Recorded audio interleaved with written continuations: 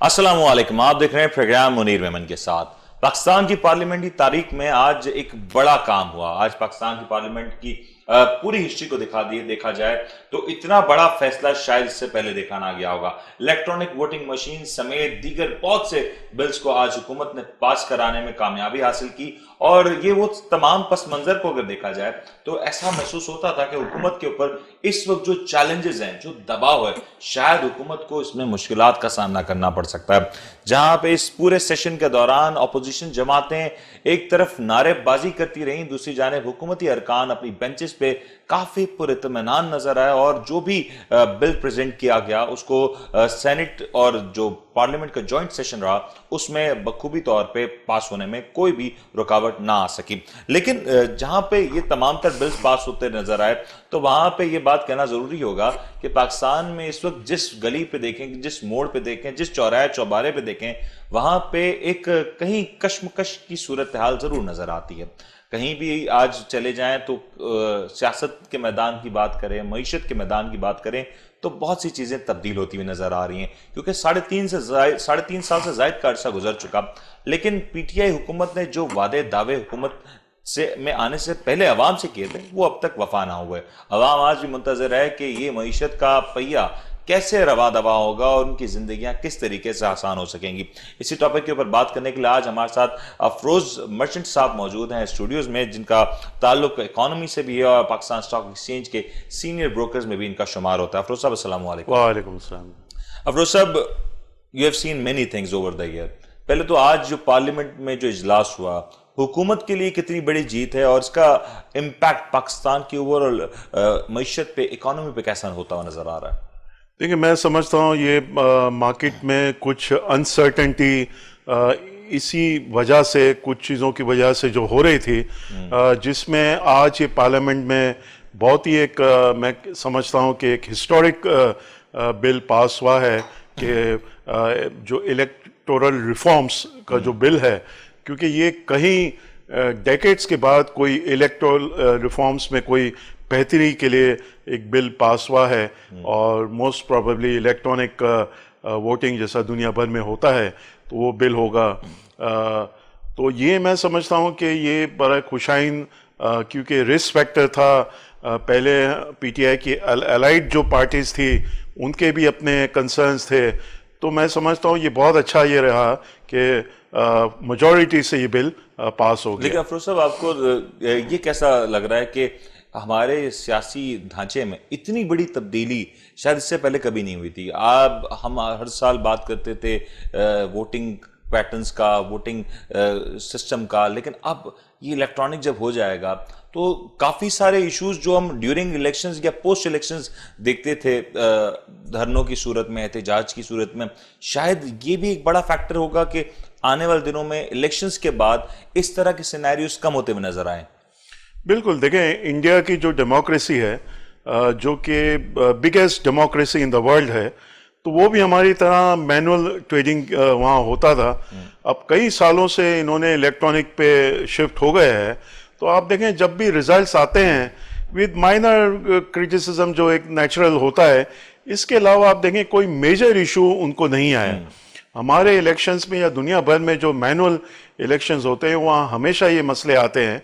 तो ये electronic voting आज यूएसए में भी आप देखें, वहाँ भी इलेक्ट्रॉनिक वोटिंग है। दुनिया भर में ये, तो मैं समझता हूँ ये बहुत अच्छा स्टेप है। सक्सेसिव गवर्नमेंट्स, आज पीटीआई की है, कल कोई और गवर्नमेंट आएगी, तो डेमोक्रेसी के लिए, और लोग कॉन्फिडेंस से अपना वोट कास्ट करने जाएंगे कि उनको पता चलेगा कि उनका वोट मिसयूज नहीं किया जा रहा है। ये बड़ा इंपॉर्टेंट है कि लोगों को इस बात का एतमाद होगा, और जब एतमाद की फिजा बहाल हो जाती है तो मईशतें तरक्की करती हैं, कौमें तरक्की करती हैं और ये सूरत हाल ऐसे ही चलती हुई नजर आती है। लेकिन एक बड़ी डिसाइसिव चीज होती हुई नजर आ रही है कि हम देख रहे थे काफी अरसे से, गुज़श्ता 15-20 दिन या 1-1.5 महीने की बात करें तो हुकूमत का पूरा फोकस था, वो मरकूज था इस लेजिस्लेशन के ऊपर। अब आपको लग रहा है कि हुकूमत इसके बाद जब अपनी वर्किंग की तरफ आएगी, एडमिनिस्ट्रेशन की तरफ आएगी, तो बेहतर अंदाज में परफॉर्म कर सकेगी, कॉन्फिडेंस भी बहाल हुआ नजर आएगा? क्योंकि इससे कबल ये गुमान था, ये इस तरह का इशारे भी आ रहे थे कि शायद कुछ अपनी ही पार्टी के लोग, कुछ अपने ही अलाइज शायद रूठे हुए हैं, नाराज हैं। अब ये जब सारा सिनेरियो तब्दील हुआ, हुकूमत की परफॉर्मेंस पे इसका कितना बड़ा इंपैक्ट आ रहा है? देखिए, मैं समझता हूँ बहुत ज़्यादा ज़रूरी है, इसलिए कि पीटीआई गवर्नमेंट देखें कोई सिंपल मेजॉरिटी से नहीं जीती है, वो कोलिशन के सपोर्ट से गवर्नमेंट उन्होंने फॉर्म किया है। तो उनको अपने अलाइड पार्टीज को भी खुश रखना है और ऑपोजिशन भी एक मेजर ऑपोजिशन है, दोनों बड़ी जमातें एक साथ है ऑपोजिशन में, जो पीपल्स पार्टी और पीएमएलएन। तो आपको बहुत सारी, मैं समझता हूँ आज ये कामयाबी की वजह ये भी है कि इन्होंने पीएमएलएन की भी बातें सुनी है, पीपल्स पार्टी की भी बातें सुनी है, जो ऑपोजिशन में इलेक्टोरल रिफॉर्म्स में उनको जो क्रिटिसिज्म था वो उनको सुनी। तो मैं समझता हूँ ये हर एक बिल के साथ ये एक यूनानिमस हो ताकि मुल्क के लिए बेहतरी हो। जी, मुल्क की बेहतरी तो होनी ज़रूरी है, लेकिन मुल्क की बेहतरी तो सर तब होगी ना जब आवाम की बेहतरी होगी। इस वक्त अगर हम देखें तो कराची में जो सूरत हाल है, मुख्तलिफ मार्केट्स में इस वक्त आग लग रही है, एक तरफ महंगाई की आग अलग लगी हुई है, लोग परेशान हैं। तो डू यू थिंक कि इस तरह की बड़ी चेंज से शायद आवाम को अब रिलीफ होगा? क्योंकि कहीं ना कहीं अब हुकूमत को ईवीएम के बाद ये जहन में रखना होगा कि परफॉर्मेंस इज एवरीथिंग। अगर परफॉर्म करेंगे तो लोग वोट डालने निकलेंगे। अब शायद ट्रांसपेरेंसी उस तरीके से इंश्योर की जा सकेगी। अब जिस तरीके से आपने कहा कि लोग खुद एतमाद के साथ, पूरे एतमाद के साथ जाएंगे और अपना वोट कास्ट करेंगे, because they know every vote counts. तो अब परफॉर्मेंस एक पैरामीटर होता हुआ नजर आएगा हमें आने वाले दिनों में?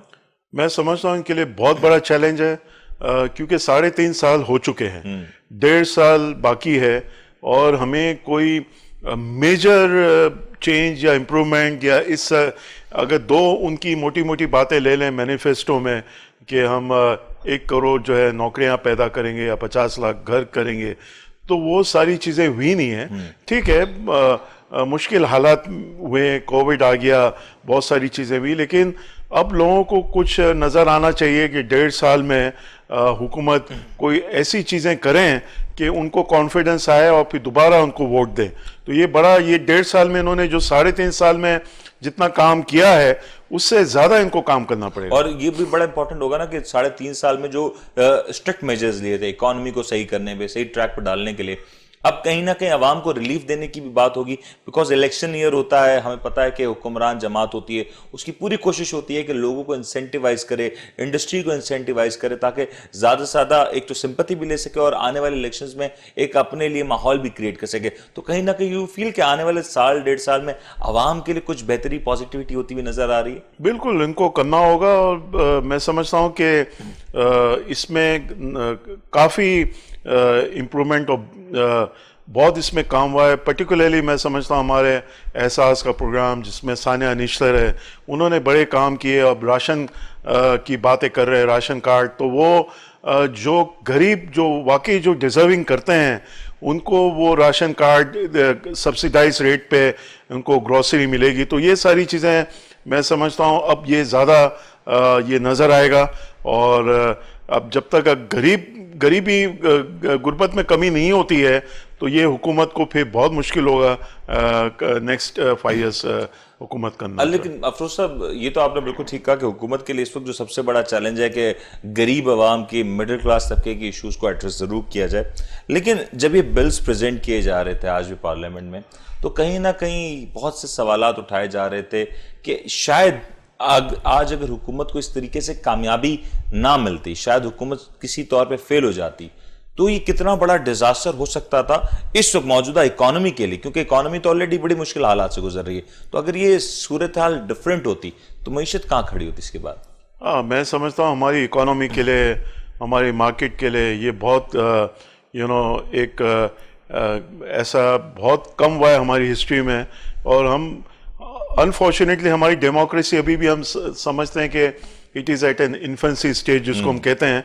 आज 75 साल की हिस्ट्री में आज कोई एक भी वजीर आज़म 5 साल मुकम्मल नहीं किया है और ये करते हैं। तो ये मैं समझता हूँ आज बहुत ही खुशाइन मौका था और इनको अब ऑपोजिशन से ज़्यादा फ्लेक्सिबिलिटी शो करने की ज़रूरत है। अदरवाइज़ ये एक 1.5 साल में और इस किस्म का अभी जो जिस हालात हो गए थे कि एनीथिंग कुड हैव हैपेंड, तो वो मेरे ख्याल है मुल्क के लिए और इनकी हुकूमत के लिए बहुत खराब होता। ये ना सिर्फ हुकूमत के लिए बल्कि मुल्क के लिए खराब होता है, और राइटली सेड, क्योंकि इस वक्त अगर सूरत हाल को देखा जाए तो पाकिस्तान की मौजूदा सूरत हाल में पाकिस्तान किसी भी तौर पे किसी भी क्योस का मुतामिल नहीं हो सकता इस वक्त। चाहे अपोजिशन में बैठी हुई जमातें हों या हुकूमत में बैठी हुई जमातें हों, तमाम तर लोगों के लिए, तमाम तर स्टेक होल्डर्स के लिए ये बात सबसे अहम होनी चाहिए कि पाकिस्तान इस वक्त माशी लिहाज से जिस दौर से गुजर रहा है, या ग्लोबली इस वक्त जो चैलेंजेस हैं जिसकी वजह से पाकिस्तान पे भी भरपूर असरात होते हुए नजर आ रहे हैं, इस वक्त इस तमाम तर सिनेरियो में पाकिस्तान किसी भी किस्म के एडवेंचर के लिए तैयार नहीं। और ये एडवेंचर अगर हुआ तो ना सिर्फ पाकिस्तान के लिए, पाकिस्तान के अवाम के लिए, बल्कि खुद इन हुक्मरान जमातों के लिए भी बहुत ज्यादा मुश्किलात खड़ी कर सकता है। लेकिन यहां सवाल यह है कि अब ये जो बिल्स पास करने की एक जो मशक थी, ये तो मुकम्मल होती हुई नजर आ रही। शायद अपोजिशन जमातें हैं इसके बाद कोर्ट्स की तरफ रागिब हों और कोर्ट में शायद इसको चैलेंज भी करें, लेकिन क्या पाकिस्तान तहरीक इंसाफ जो सबसे बड़ा मसला रहा है इनकी हुकूमत का, महंगाई, उस चैलेंज को किसी तौर पर हल करती हुई नजर अभी आ रही है या नहीं? क्या मामला रहा कि डॉलर यकदम से बढ़ा, फिर सऊदी अरब से जब डॉलर्स आने के अनाउंसमेंट के बाद वो डॉलर फौरन से नीचे आया, और उसके बाद जब वो डॉलर्स पाकिस्तान के अकाउंट्स में ना पहुंचे तो इसके कई ज्यादा तेजी से वो डॉलर फिर से ऊपर की तरफ उड़ान भर गया। IMF प्रोग्राम का क्या हुआ, और आने वाले दिनों में हुकूमत की तरजीहात क्या होंगी? स्टॉक मार्केट के ऊपर भी बात करेंगे। एक छोटा सा वक्फा लेते हैं, क्योंकि वक्फे के बाद ये तमाम तो टॉपिक्स हैं, इनके ऊपर बात करेंगे। एक वक्फा लेते हैं, वक्फे के बाद हाजिर होते हैं।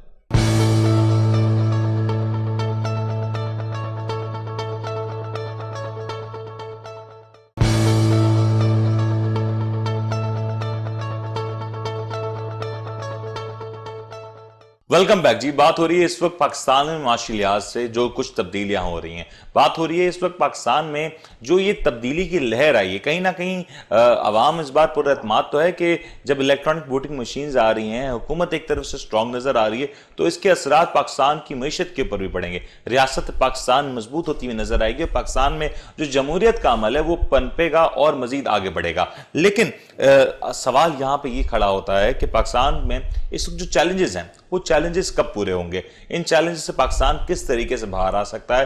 क्योंकि माशी लिहाज से देखें तो हुक्मरान जमात को इस वक्त जो सबसे बड़ा चैलेंज है वो मफाद आमा के लिए कुछ ऐसे प्रोजेक्ट्स का अनाउंसमेंट है जिससे आम आवाम को कुछ रिलीफ मिल सके। यानी कि पाकिस्तान में मौजूद गरीब और मुतवस्सित तबके से ताल्लुक रखने वाले वो तमाम तर लोग जो कि इस वक्त महंगाई की चक्की में फंसे हुए हैं, उनको किसी किस्म का रिलीफ दिया जा सके। हुकूमत इसके लिए क्या कुछ करेगी और इसमें जो दीगर प्लेयर्स हैं उनका क्या किरदार होगा? अफरोज साहब, हमारे यहाँ हम अक्सर सुनते आए महंगाई महंगाई और महंगाई, महंगाई के बारे में बात होती है लेकिन महंगाई के ऊपर काम होता हुआ नजर नहीं आता। यहाँ पे जब कोई नेगेटिव खबर होती है तो अनफॉर्चुनेटली बहुत ज्यादा उठाई जाती है, लेकिन जहां पे महंगाई में कुछ कमी आती है तो हम उसको इतना ज्यादा रिकॉग्नाइज नहीं करते। डू यू थिंक कि हमारे मुल्क में मौजूदा महंगाई की वजह कहीं ना कहीं IMF प्रोग्राम? देखिए, अगर सही मानों में देखा जाए हमारी महंगाई की वजह जो है, जो इस साल देखिए, जो पिछला साल हुआ ठीक है, आपने शुगर एक्सपोर्ट कर दी, यहाँ शॉर्टेज हो गई, शुगर की प्राइस बढ़ गई, लेकिन ये अभी जो रिसेंट जो महंगाई है ये इंटरनेशनल कमोडिटी प्राइसेस जो है दुनिया भर में, आप USA जैसे मुल्क में 30 साल में इतनी महंगाई नहीं हुई है जो इस साल में हुई है। इंटरनेशनल कमोडिटी प्राइसेस जो है वो दुनिया भर में काफ़ी बढ़ गई है, जिसमें आपकी ऑयल प्राइसेस है, आपकी LNG प्राइसेस है, आपकी कोल प्राइसेस है। कोल को देखें तो 5 टाइम्स, जहाँ $60 पर टन था वो $250 टन हो चुका था, अब कम होना शुरू हुआ है। ऑयल प्राइसेस है, दूसरे फूड प्रोडक्ट्स है, पाम ऑयल मोर देन 50% उसकी प्राइस बढ़ गई। तो हमारी एक तो इंपोर्ट ड्रिवन इकोनॉमी भी है, बहुत सारी चीज़ें हम इंपोर्ट कर रहे हैं। तो ये मैं इसमें जो अभी रिसेंट जो महंगाई हुई है, कोविड के बाद दुनिया खुली है और यानी कोविड में काफ़ी कमी आने के बाद, तो उसमें जो है वो आप देखें कि अगर शिपमेंट जो 20 फीट कंटेनर के जो चार्जेस है वो 2 गुना 3 गुना हो गए, तो ये कुछ टाइम और लगेगा। और मैं समझता हूँ कि ये जब सारी चीज़ें नॉर्मल हो जाएगी तो ये प्राइसेस 6 महीना मुझे लग रहा है। कोल देखें, आज हमने देखा कि कोल $250 से $130 पे तो आ ही गया, यानी तकरीबन 50% कम हो गया है।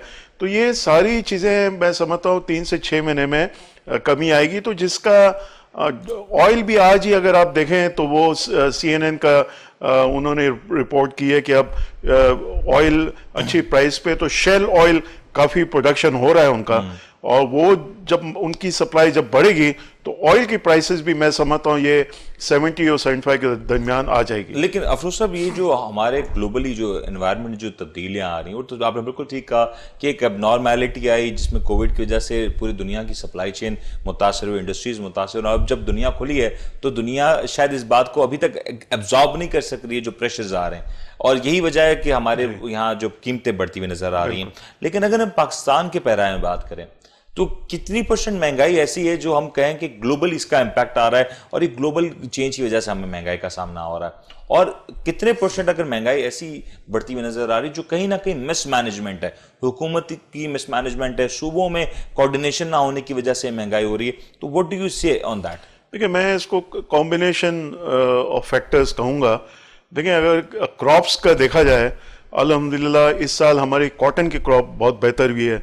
इतना हम इंपोर्ट लास्ट ईयर जो किए थे उसमें कमी आएगी। शुगर की क्रॉप हमारी बहुत बेहतर हुई है, वीट की क्रॉप बेहतर हुई है। अब मैं समझता हूँ, देखें, हमें we have to be honest. हम बहुत आसानी से हम गवर्नमेंट को या उनको क्रिटिसाइज करते हैं, जहाँ गलती होती है वो करना भी चाहिए, हम वोटर है, उनको वोट दे के लाते हैं। लेकिन हमें भी अपने गिरेबान में देखना चाहिए कि ये भी देखा गया है बिजनेसमैन या इंडस्ट्रियलिस्ट के शुगर की होर्डिंग कर रहे थे, और वो सप्लाई आर्टिफिशियल ताकि प्राइस ऊपर हो, डिमांड ज़्यादा रहे।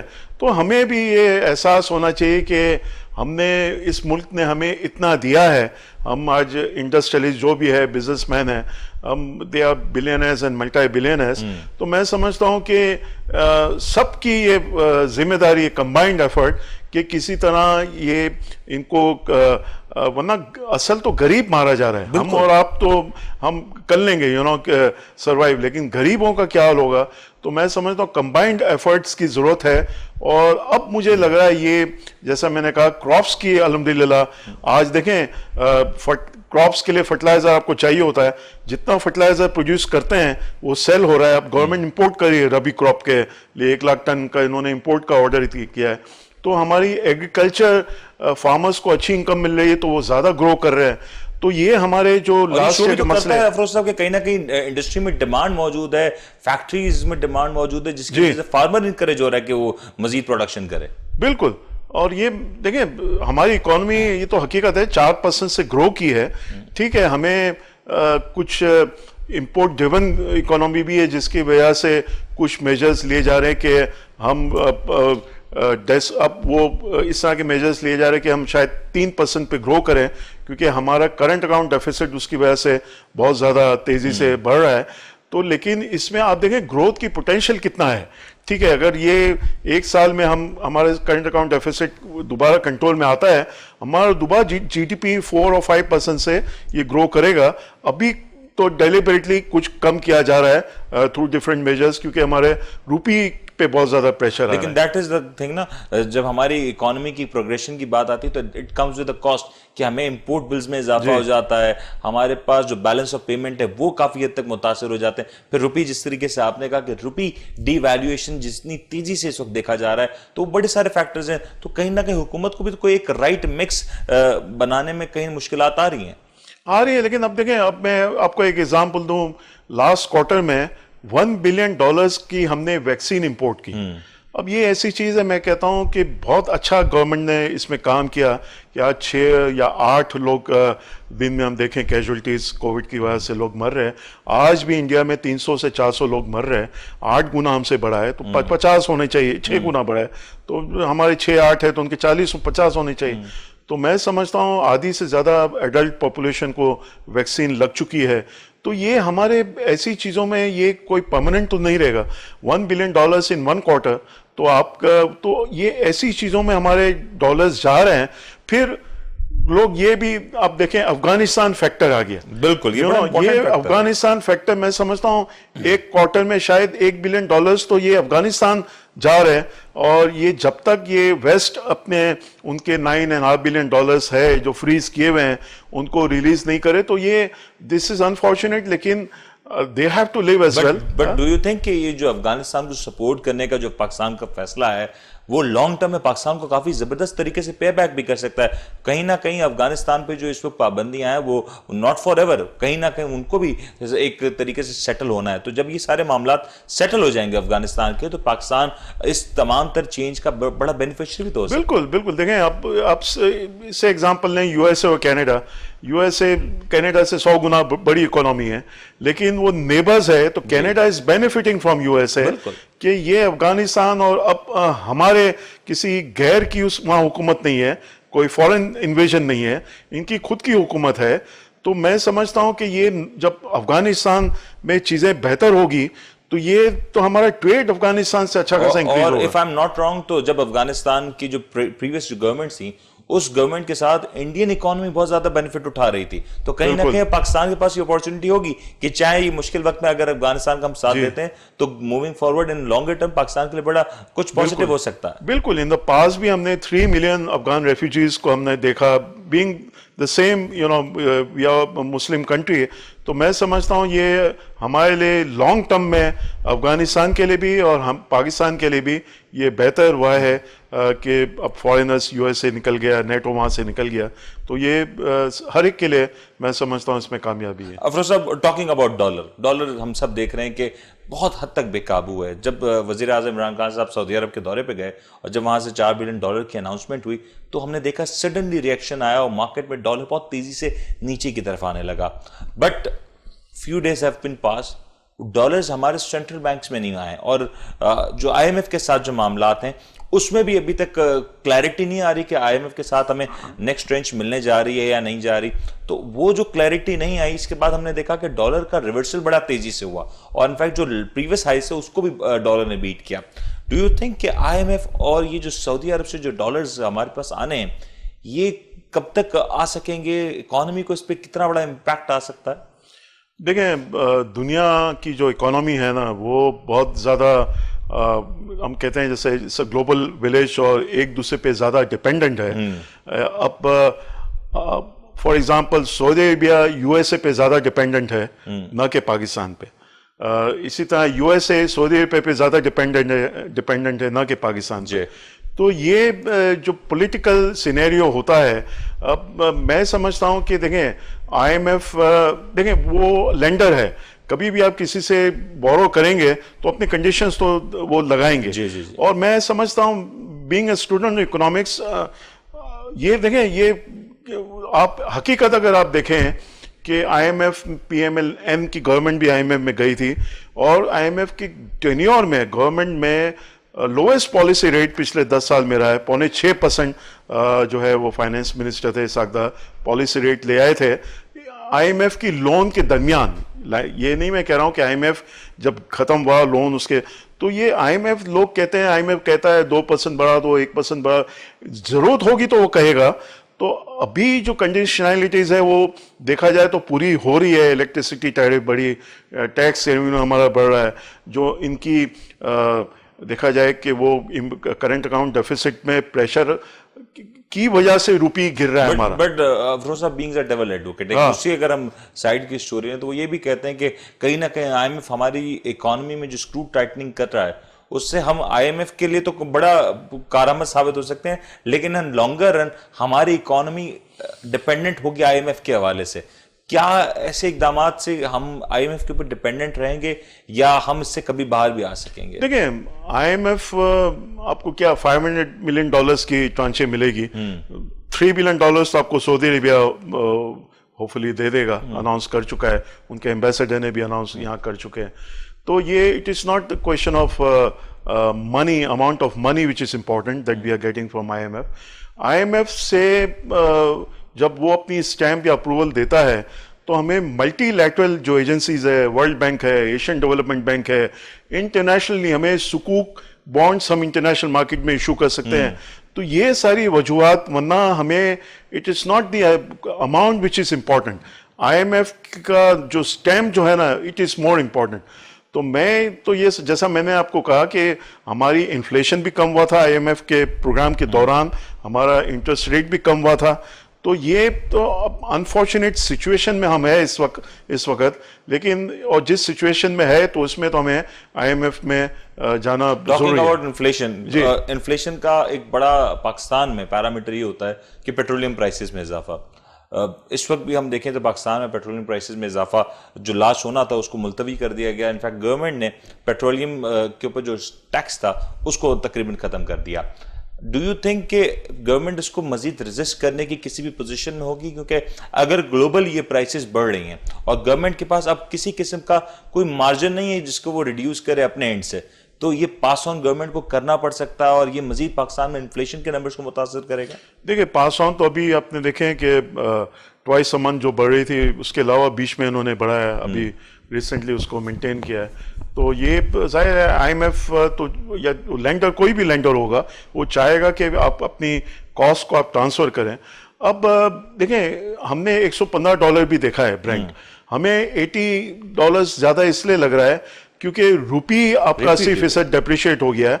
अदरवाइज $115 में भी हमने सर्वाइव किया है। वो तब हमारा जब रुपी और डॉलर कन्वर्जन रेट 98 रुपए एग्जैक्टली उसकी वजह से हमें ज्यादा प्रेशर आया है, अदरवाइज नहीं। तो मैं समझता हूं कि ये अच्छा, फिर अगर आप किसी इकोनॉमिस्ट से अगर आप पूछेंगे, I am a student in economics. I won't call myself economics, although I studied economics till my masters in university.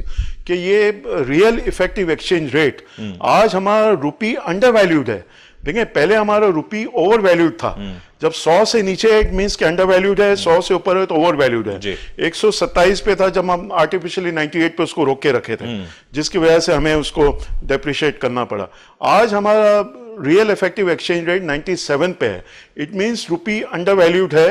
तो ये 5-6 रुपए कम हो सकता है अगर IMF की जैसा लोन अप्रूव करता है। $3 बिलियन कैश सऊदी अरब से आ जाते हैं, $1.2 बिलियन ये ऑयल डेफर्ड जो हमें क्रेडिट पे मिल रहा है। तो मैं तो समझता हूँ ये 160 के आसपास डॉलर को दोबारा आ जाना चाहिए। अभी ये सारी 160 अगर आ जाए तो यकीनी तौर पे पाकिस्तान की जो इंडस्ट्री है, इंपोर्टर्स हैं खास तौर पे, उनके लिए तो एक बड़ा प्लीजिंग साइन होगा, क्योंकि जब डॉलर रिवर्स करता है तो कहीं ना कहीं इंपोर्टर्स को बड़ा बेनिफिट हो सकता है। बिल्कुल बिल्कुल। और अफरोज साहब, ये जो पेट्रोलियम प्राइसेस की बात अगर हम करें मजीद, हम देख रहे हैं गवर्नमेंट गैस के ऊपर तो मुसलसल अपने टैक्सेस भी बढ़ा रही है। कहीं ना कहीं क्या ऐसा नहीं है कि गवर्नमेंट पेट्रोल से जो टैक्सेस बचा रही है वो कहीं ना कहीं पास ऑन कर देती है गैस सेक्टर के ऊपर, और कहीं ना कहीं हमारा जो गैस का सेक्टर है वो इससे ज्यादा मुतासर होना शुरू हो गया है? नहीं, देखें, पेट्रोल का अगर आप देखें, ऑयल का गवर्नमेंट ने तो 650 अरब पेट्रोलियम लेवी में रखा था बजट में, जो मैक्सिमम 30 रुपीज तक जा सकते हैं। वो आज 4 महीने हो गए, 5वां महीना चल रहा है,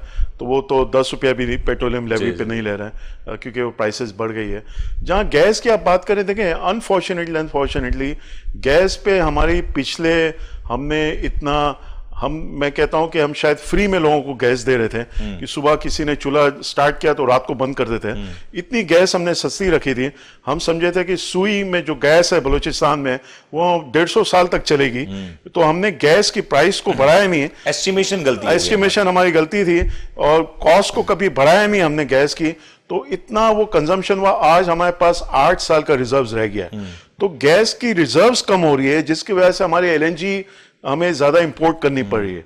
तो ये गैस के डेवलपमेंट, आई थिंक जितना गवर्नमेंट इस पे फोकस करें कि ये oil exploration and gas, mainly gas exploration पे मैं समझता हूं कि बहुत कम तवज्जो गवर्नमेंट ने दी है।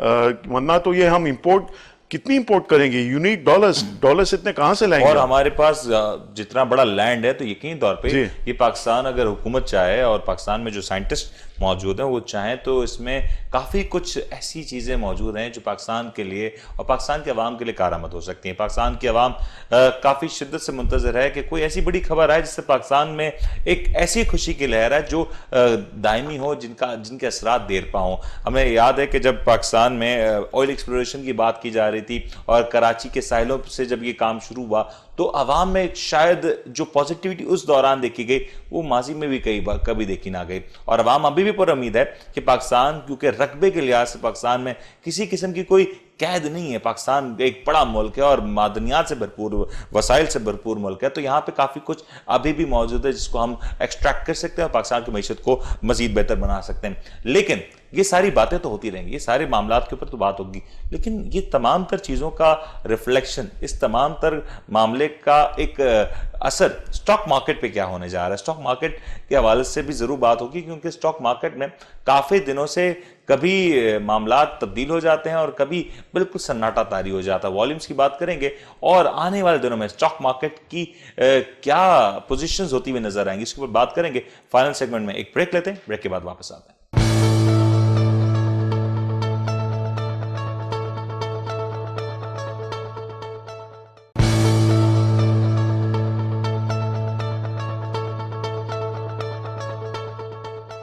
वेलकम बैक जी। हम बात कर रहे थे पाकिस्तान में माशी लिहाज से जो कुछ तब्दीलियां हो रही हैं, सियासत के मैदान में काफ़ी उतार चढ़ाव, और यकीनी तौर पे ये जो साल है, साल डेढ़ साल का अरसा, आने वाले इलेक्शन से पहले का जो अरसा है, ये बड़ा अहम होता है। और शायद अगर अवाम से पूछे तो अवाम मुंतज़िर होती है इसी अरसे की, क्योंकि अवाम को अंदाज़ा होता है कि जो कुछ कैदोबंद किया गया, जो कुछ सख्तियाँ की गई, जो कुछ स्क्रू टाइटनिंग की गई मईशत के लिहाज से, अब कहीं ना कहीं अवाम को उसके जो फ्रूट्स हैं वो मिलते हुए नजर आएंगे। और अवाम शायद इस बात का आसरा लिए बैठी है कि जो कुछ मुश्किलात आ चुकी है अब इसमें बतदरीज कमी आती जाएगी और अवाम के लिए जिंदगी गुजारना आसान होती जाएगी। डेढ़ साल का अरसा गुजर गया, डेढ़ साल के अरसे में स्टॉक एक्सचेंज ने भी बड़े सारे उतार चढ़ाव देखे। स्टॉक एक्सचेंज ने जहां 28,000 का इंडेक्स देखा तो वहीं पे एक भरपूर तेजी भी देखी, जिसके बाद स्टॉक एक्सचेंज तकरीबन 48,000 तक के लेवल पे जा पहुंचा। और ये तमाम तर तेजी, ये तमाम तर मंदी, यही तमाम तर ड्यूरेशन में देखी गई। यानी कि अवाम ने ये पिछले 3, 4, 5 साल की अगर बात करें तो काफी उतार चढ़ाव देखे और तमाम तर नशेब फराज के बाद आज कहीं ना कहीं हमारा स्टॉक मार्केट कुछ मुस्तहकम जरूर नजर आती है। लेकिन इस वक्त जो सूरत हाल है, एक कहा यह जा सकता है कि स्टॉक मार्केट एक बबल में फंसी हुई है, एक रेंज बाउंड फिगर में फंसी हुई है, और आगे चल के स्टॉक मार्केट के ऊपर बहुत कुछ इसमें एक्सपेक्टेड है। वो क्या है, जरा अफरोज साहब से जानेंगे। अफरोज साहब, हाउ डू यू सी कि जो गुज़िश्ता 3 महीने या 6 महीने की स्टॉक मार्केट की परफॉर्मेंस है, या पोस्ट बजट जो स्टॉक मार्केट की परफॉर्मेंस है, एक्सपेक्ट बहुत कुछ था लेकिन उस तरीके से स्टॉक मार्केट ने डिलीवर नहीं किया। इंडेक्सेस को देखें, स्क्रिप्ट्स को देखें तो आज भी बहुत से लोगों की जो लॉसेस थे वो उस तरीके से रिकवर नहीं हुआ। Do you see there is any big change coming forward? देखें, इंडेक्स जब 27,000 पे पहुंचा था पिछले साल मार्च में और 49 के करीब आया, 49 हिट नहीं किया और फिर दोबारा थोड़ा नीचे आया 46,000 के करीब वगैरह। देखें, स्टॉक मार्केट में देखिए, आप तो एक फाइनेंस के प्रोफेशनल है, आप बहुत अच्छी तरह समझते हैं। स्टॉक मार्केट को हम कहते हैं is a barometer of economy, ठीक है। अगर स्टॉक मार्केट को एक और मेजर करने के लिए एक टर्मिनोलॉजी यूज होती है, प्राइस अर्निंग्स मल्टीपल्स। अगर मुझे 1 मिनट दें तो, क्योंकि हमारे नाजरीन को ये प्राइस अर्निंग्स मल्टीपल्स को नहीं पता है, मैं बहुत सिंपल लैंग्वेज में समझाना चाह रहा हूँ, एक लेमैन को समझ में आए कि आप अगर कोई एक पान की दुकान खरीदने जाते हैं, एक पान की दुकान आपको 100 रुपए में मिल रही है और आप जो है वो पान की दुकान आपको 20 रुपया कमा के दे रही है साल का, तो आप 100 को डिवाइड करेंगे 20 तो आपका प्राइस अर्निंग्स मल्टीपल्स आएगा 5, कि प्राइस 100 है और 20 रुपया कमा के दे रहा है। दूसरी दुकान आपको मिल रही है 100 रुपये में और वो आपको 10 रुपया कमा के दे रहा है, तो आप डिवाइड करेंगे 100 को तो 10 की पी हो गई। तो जाहिर जो 20 रुपया आपको कमा के दे रहा है वो दुकान आप खरीदेंगे। यानी प्राइस अर्निंग्स मल्टीपल जितनी कम होगी वो स्टॉक आपके लिए ज्यादा बेनिफिशियल है। वो मार्केट भी ओवरऑल आज 74 साल हो गए, 18 सितंबर 1947 पहला दिन था, 75th ईयर हमारा चल रहा है। ये 75 साल में सिर्फ एक मर्तबा ऐसा हुआ है कि हमारी मार्केट 5 के प्राइस अर्निंग्स मल्टीपल से कम ट्रेड की है। वो सिर्फ 2008 का पीरियड था जब हमारी क्राइसिस आई थी यूएसए से, मॉर्गेज क्राइसिस, ग्लोबल क्राइसिस। उसकी वजह से हमारी मार्केट जो है वो 5 से नीचे ट्रेड कर रही थी, जिसमें 70% मार्केट गिर गई थी। आज वो सेकेंड टाइम ये है कि 5 के करीब ट्रेड कर रही है। तो मैं समझता हूं ये इन्वेस्टर हमें आप माशाल्लाह जिस तरह से प्रोग्राम कर रहे हैं, मीडिया है, हम भी ब्रोकरेज हाउस की रिस्पॉन्सिबिलिटी, रेगुलेटर्स की, ये रिटर्न ऑन इन्वेस्टमेंट मैं समझता हूं इस वक्त जितना स्टॉक मार्केट में है, आप देखें कुछ कंपनीज का हम नहीं लेते हैं, लेकिन 5 की प्राइस अर्निंग्स मल्टीपल पे मिल रहा है कि अगर वो 100 रुपए का स्टॉक है, 20 रुपया, बल्कि डिविडेंड के मैं कह रहा हूं कि 5 यानी आपको 20% डिविडेंड यील्ड मिल रही है कि अगर वो 70 रुपए का कोई स्टॉक है तो 15 रुपए आपको डिविडेंड मिल रहा है, तो 20% डिविडेंड यील्ड कौन से मुल्क में आपको मिलती है? तो मैं समझता हूं कि इन्वेस्टर्स को जो है, हमारी इतनी अवेयरनेस नहीं है स्टॉक मार्केट की, इसलिए हमारे स्टॉक मार्केट में इन्वेस्टर्स इतने नहीं आ रहे हैं जितना मीडिया को मैं समझता हूं बहुत बड़ा रोल है। CNN देख लें, BBC देख लें, ये बिजनेस चैनल नहीं है, ब्लूमबर्ग बिजनेस चैनल है, लेकिन CNN न्यूज चैनल है, BBC न्यूज चैनल है, लेकिन रोजाना 1 से 2 घंटा बिजनेस को कवर करते हैं, लोगों को स्टॉक मार्केट को कवर करते हैं रोजाना 1 से 2 घंटा। तो ये पब्लिसिटी अवेयरनेस बहुत ज्यादा जरूरी है कि हमारे media houses apart from politics वो करें। आपका माशाल्लाह चैनल है जो बिजनेस को इतना प्रमोट कर रहा है, तो इस किस्म का मैं समझता हूं हर बाकी चैनल्स भी कर रहे हैं, लेकिन सारे चैनल्स नहीं कर रहे हैं जितना करना चाहिए। लेकिन अफरोज साहब, जिस तरीके से आपने कहा कि इस वक्त पाकिस्तान की मार्केट की बात करें तो डिस्काउंट सेल लगी हुई है, जी जी बिल्कुल, लेकिन हमारे यहाँ जो इन्वेस्टर का लूट सेल, एक और मतलब लूट सेल लगे, बिल्कुल ठीक आपने फरमाया। लेकिन हमारे यहाँ जो इन्वेस्टर्स हैं वो आमतौर पे मार्केट में एंट्री तब कर रहे होते हैं जब मार्केट अपनी पीक की तरफ बढ़ रही होती है। हमारे यहाँ इन्वेस्टर्स कहीं ना कहीं रिलक्टेंट होते हैं जब मार्केट डिक्लाइनिंग फेज पे हो, कहीं ना कहीं स्टेबल हो, वो वेट करते हैं कि जब मार्केट बड़ी तेजी से परफॉर्म करते हुए अपवर्ड जाए और वो शॉर्ट टर्म गेन्स ले सके। इन्वेस्टर का ये रुझान कैसे तब्दील किया जा सकता है? देखिए, इसमें we being one of the oldest conservative brokerage house है, हम क्लाइंट को जब अकाउंट खोलने से पहले हम कहते हैं कि स्टॉक्स में जब इन्वेस्टमेंट आप करें तो आपको 5 ईयर का होराइजन रखना चाहिए, बल्कि प्रॉपर्टी में आप देखें तो हम लोगों को मैं कहूंगा 10 ईयर का होराइजन रखना चाहिए।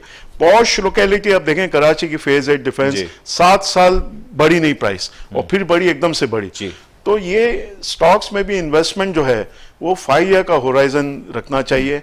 हम हमेशा ये कहते हैं कि देखें जितनी आपकी कैपेसिटी है, आप ज़्यादा रिस्क या नॉन डिविडेंड स्टॉक्स पे आपकी अगर कैपेसिटी ज़्यादा है तो आप कर सकते हैं, उसमें ज़्यादा ले सकते हैं, जितनी आपकी कैपेसिटी उतना करें। अदरवाइज हम कहते हैं ब्लू चिप्स में करें, आपको डिविडेंड पे फोकस करें, बैंक से ज़्यादा, जैसा मैंने 20% की बात बताई, बैंक आपको 6-7%, 5.5% इंटरेस्ट दे रहा है, तो ऐसे स्टॉक जो 15 से 20% आपको 3 गुना दे रहे हैं आप, तो उसमें आप सेफ रहेंगे। छोटा इन्वेस्टर रिस्क ज़्यादा रहता है तो वो हाथ जलाता है तो 10 लोगों को बोलता है, अगर एक आदमी गेन करता है तो 10 लोगों को नहीं बोलता है। बिल्कुल ठीक है, लेकिन अफरोज साहब, आपने ब्लू चिप कंपनीज की बात की ना, हमारे यहाँ अगर गुज़श्ता 3 साल के ट्रेंड्स को देखा जाए तो ब्लू चिप कंपनीज उस तरीके से performance in terms of price gain नहीं कर सकी। जो मार्केट कैपिटलाइजेशन की बात करें तो उसमें प्राइस गेन इतना ज्यादा ऑब्जर्व नहीं किया गया, बरक्स उन कंपनीज के जो कि ब्लू चिप्स पहले काउंट नहीं होती थी, जो कि आज 3 टाइम्स 4 टाइम्स मल्टीपल हो चुकी है अपनी साइज से। तो लोगों में कहीं ना कहीं इस वजह से ये रुझान पाया जाता है कि वो ब्लू चिप से छोड़ के ऐसे सेक्टर्स की तरफ मूव हो रहे हैं जो कि ओवरनाइट उनको गेन्स दे सकते हैं। देखिए, ये अगेन अगर हम 20-25 साल पहले हम देखें तो ये ब्लू चिप्स, अगर आप टॉप 10 वॉल्यूम्स अगर रोजाना देखें तो टॉप 10 वॉल्यूम्स में 20-25 साल पहले, हमें 64 साल हो गया मार्केट में, तो हम देखते थे 10 में से 8 ब्लू चिप्स होते थे। बिल्कुल। अब 10 में से 10 यानी एक भी ब्लू चिप नहीं होता है अनफॉर्चुनेटली, या कभी कोई एक हो गया। तो ये मैं ये कह रहा हूं इन्वेस्टर का रुझान, अब मैं एक इदारे का नाम लेना नहीं चाह रहा, लेकिन मैं आपको बता रहा हूं कि एक बैंक है जो 80 साल में सेकेंड हाईएस्ट प्रॉफिट हुआ, इस साल हाईएस्ट प्रॉफिट होगा 80 साल में, जब 2016 से भी ज्यादा प्रॉफिट होगा इस साल। 2016 में वो 300 रुपये क्रॉस किया था और आज वो 125 रुपये पे है। तो ये तो इन्वेस्टर नहीं जा रहा है ना, बैंक तो अर्न कर रहा है, आपको डिविडेंड भी दे रहा है, 80 साल का रिकॉर्ड ब्रेक करेगा इस साल, अभी एक ही क्वार्टर बाकी है। तो वो मैं समझता हूं हमारे इन्वेस्टर की अवेयरनेस, हमारे investors to be very unfortunate हमें हमारी जिम्मेदारी है हम उनको सिखाएं फाइनेंशियल स्टेटमेंट्स कैसे पढ़े जाते हैं। सेशंस होनी चाहिए स्टॉक एक्सचेंज की तरफ से, हमारे स्टॉक ब्रोकर्स एसोसिएशन की तरफ से, कि उनको सिखाया जाए कि भाई ये डिफरेंट जो कॉन्सेप्ट्स है फाइनेंस के वो कैसे, ताकि ये ब्लू चिप्स में करें। 15-20% अगर आपको साल में रिटर्न मिल रहा है, आप क्यों 100% और 200% के रिटर्न में जाते हैं? फिर पता चला कोई 400 का कोई स्टॉक है, अगेन मैं नाम लेना नहीं चाह रहा, वो 6 रुपए पे अगर आ जाता है तो ये तो आपकी गलती है ना, क्योंकि आप फाइनेंशियल स्टेटमेंट नहीं पढ़ते हैं, आप स्पॉन्सर्स नहीं देखते हैं, इसके पीछे कंपनी, आप पूछें अपने स्टॉक ब्रोकर को ये स्पॉन्सर्स कैसे हैं। आप मकान लेने जाते हैं, आप पूछते हैं आर्किटेक्ट कौन है, बिल्डर कौन है, स्टॉक्स में पूछें इसके स्पॉन्सर्स कौन है। लेकिन अफरोज साहब, कहीं ना कहीं इसको एजुकेट करना, तो जिस तरह हम मीडिया में अपना अपना किरदार अदा कर रहे हैं, स्टॉक एक्सचेंज की भी जिम्मेदारी है। डू यू सी के आने वाले दिनों में शायद हमें अवेयरनेस कैंपेन्स के ऊपर थोड़ा सा ज्यादा काम करना होगा, या यंग लोगों को इंडक्ट करना होगा, मार्केट में लेके आना होगा, और मार्केट के जो सेटअप्स हैं, जो आपको पता है अकाउंट ओपनिंग से लेके बड़े सारे मामला होते हैं, बड़े आज भी उसमें बड़ी सारी दुश्वारियां हैं, उसको आसान जब तक नहीं करते तब तक कैसे कोई आ सकता है हमारी मार्केट में? जब तक हम नई कंपनीज जो कि लिस्ट होने के लिए तैयार हैं, जिनको लिस्ट किया जा सकता है, उनको जब तक हम आसानी नहीं प्रोवाइड करेंगे, जिनको एक प्रॉपर इजी कंप्लायंस वे नहीं देंगे, तो कैसे हमारी मार्केट ये एडमिनिस्ट्रेटिव इश्यूज है बिल्कुल, आप देखें। और मैं समझता हूँ इसमें एससीसीपी ने अच्छा एक काम किया, जैसा नॉन रेसिडेंट पाकिस्तानीज के लिए अकाउंट खोलना बहुत आसान हो गया। क्या बैंक की इंफॉर्मेशन आप एक्सेस कर लें, तो ये रेसिडेंट पाकिस्तानीज के लिए भी इन्होंने इंप्लीमेंट किया है, और सेशंस होंगे जो सीडीसी करेगा, तो ये आसानी हो जाएगी। लेकिन मैं आपको ये बताऊं कि ब्लू चिप्स में पहले जो फोकस फॉरेनर्स का काफी फोकस रहता था, फॉरेनर्स हमेशा ज्यादातर ब्लू चिप्स में इन्वेस्ट करते हैं। वो $7 बिलियन की जो होल्डिंग थी, $5 बिलियन का उन्होंने सेल किया है पिछले 5 साल में, $2 बिलियन रह गया है। और वो हम इमर्जिंग मार्केट में गए तो हमें फायदा नहीं हुआ। 1 दिसंबर जब हम फ्रंटियर मार्केट में आ रहे हैं, तो मैं समझता हूं कि फॉरेनर्स जो सिर्फ फ्रंटियर मार्केट में इन्वेस्ट कर रहे हैं, वो आज हमारे यहाँ नहीं कर सकते, because we are part of emerging market. ये आना शुरू होंगे तो दोबारा आप देखेंगे ये ब्लू चिप्स स्टॉक्स है, ये प्राइस पे नहीं मिलेंगे जो इस वक्त आपको मिल रहे हैं। के आने वाले 6-8 महीनों में market is going to make any new highs? हाँ बिल्कुल, देखें KSE 100 में तो ब्लू चिप कंपनीज है ना, KSE 100 तो बढ़ता है बिकॉज ऑफ ब्लू चिप्स। तो ये KSE 100 जो है, ये बहुत तेजी से मैं समझता हूं कि ये हमारे टेम्पररी हमारे हालात है। फ्राइडे को monetary policy quite possible 75 basis point बढ़ा दें, लेकिन मैं समझता हूं कि हमारे इकोनॉमी में बड़ी जान है, और होपफुली हम एक FATF से निकल जाए और एक फ्रंटियर मार्केट ये इन्वेस्टमेंट, क्योंकि 3rd बिगेस्ट मार्केट होंगे वियतनाम और बांग्लादेश के बाद, और वियतनाम और बांग्लादेश इमर्जिंग मार्केट में चले जाते हैं तो फ्रंटियर में हम सबसे बड़ी मार्केट होंगे। अच्छा, प्रोग्राम का क्योंकि वक्त इख्तिताम पे आ रहा है, मैं फाइनल कमेंट आपसे चाहूंगा। रिसेंटली एक चीज आई जिसमें स्टॉक एक्सचेंज में एक नया ट्रेडिंग इंजन लाने की बात की गई, उसमें कुछ इश्यूज आए और वो आई गेस रोल बैक कर लिया गया। डू यू थिंक कि इसके बाद मार्केट के लिए कुछ डैमेजिंग रहा है इन्वेस्टर्स को अट्रैक्ट करने के लिए, या ओवरऑल इसमें कुछ आगे पेशा होती हुई नजर आ रही है आपको? देखें, ये एक हफ्ते जो हुआ, देखें मैं समझता हूं कि हम सब इंसान है, हम गलतियां करेंगे जब तक हम जिंदा है। अल्लाह ताला सिर्फ परफेक्ट है और कोई परफेक्ट नहीं है इस दुनिया में। अब ठीक है, हो गई गलतियां हो गई, बस ये गलतियों से सीखना चाहिए कि ये आई एम श्योर अभी दोबारा ये लॉन्च करेंगे तो they will do it with better awareness sessions, training session, जो पहले आईटी वाले करते थे। बग्स को सब रिमूव करेंगे, पहले पायलट रन करेंगे कुछ ब्रोकेज हाउसेज जहां बड़े वॉल्यूम्स, बड़े ब्रोकेज हाउसेज है, वहां अगर ये चल गया तो बाकी 200 ब्रोकेज हाउस में भी चल सकता है। ये 200 ब्रोकेज हाउस में एकदम से लाइव किया और बग्स रिमूव नहीं हुए थे, इवन 18th मॉक में भी बग्स रिमूव नहीं हुए थे।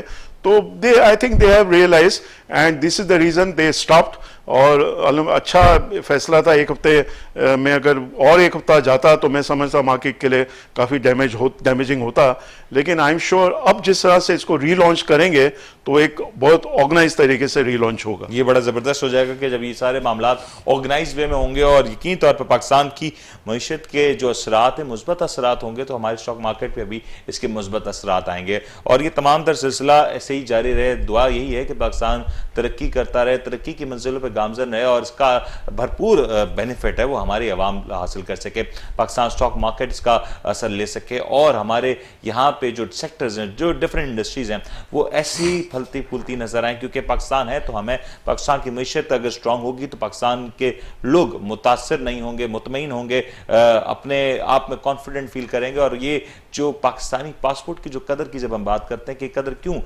इस हद तक कम हो जाती है, वो यही वजह है कि हम माशी तौर पर मुस्तहकम नहीं। अगर माशी तौर पर मुस्तहकम हो जाए तो यकीनी तौर पर हमारा रुतबा दुनिया में मजीद बहाल भी होगा और उसमें इजाफा भी होगा। उम्मीद करते हैं कि अब जो हुकूमत वक्त का जो रिमेनिंग टाइम पीरियड रहता है, ये हुकूमत वक्त आवाम की मुश्किलात को हल करने में सर्व करे, ना कि इस तरह के मामलात में मजीद उलझ जाए जिससे आवाम का शायद उतना ज़्यादा सरोकार ना हो और आवाम को जो रिलीफ मिलना है, जो महंगाई के हवाले से मुश्किलात हैं, जो इन्फ्लेशन के नंबर्स आ रहे हैं, मॉनेटरी पॉलिसी के ऊपर मुझे बात करनी थी वो रह गई क्योंकि ये भी बड़ा चैलेंजिंग होगा और इसका असर पाकिस्तान स्टॉक मार्केट पर भी बहुत बड़ा होने जा रहा है। क्योंकि monetary policy announcement Pakistan stock exchange समेत पाकिस्तान की पूरे माशी ढांचे के ऊपर काफी सारे असरात मुरतब करेगा। देखेंगे कि मॉनेटरी पॉलिसी अनाउंसमेंट क्या आता है और उसके बाद भी आपसे इसके ऊपर बात करेंगे। उम्मीद करते हैं आपको आज का प्रोग्राम पसंद आया होगा। वक्त की कमी है, इसकी वजह से इसको मजीद बढ़ा नहीं सकते। अपना ख्याल रखिएगा। अपने होस्ट मुनीम को अपने होस्ट मुनीम को इजाजत दीजिए। अफरोज मर्चेंट साहब, आप हमारे साथ प्रोग्राम में तशरीफ लाए, आपका बहुत बहुत शुक्रिया। अपना ख्याल रखिएगा। अल्लाह हाफ़िज़।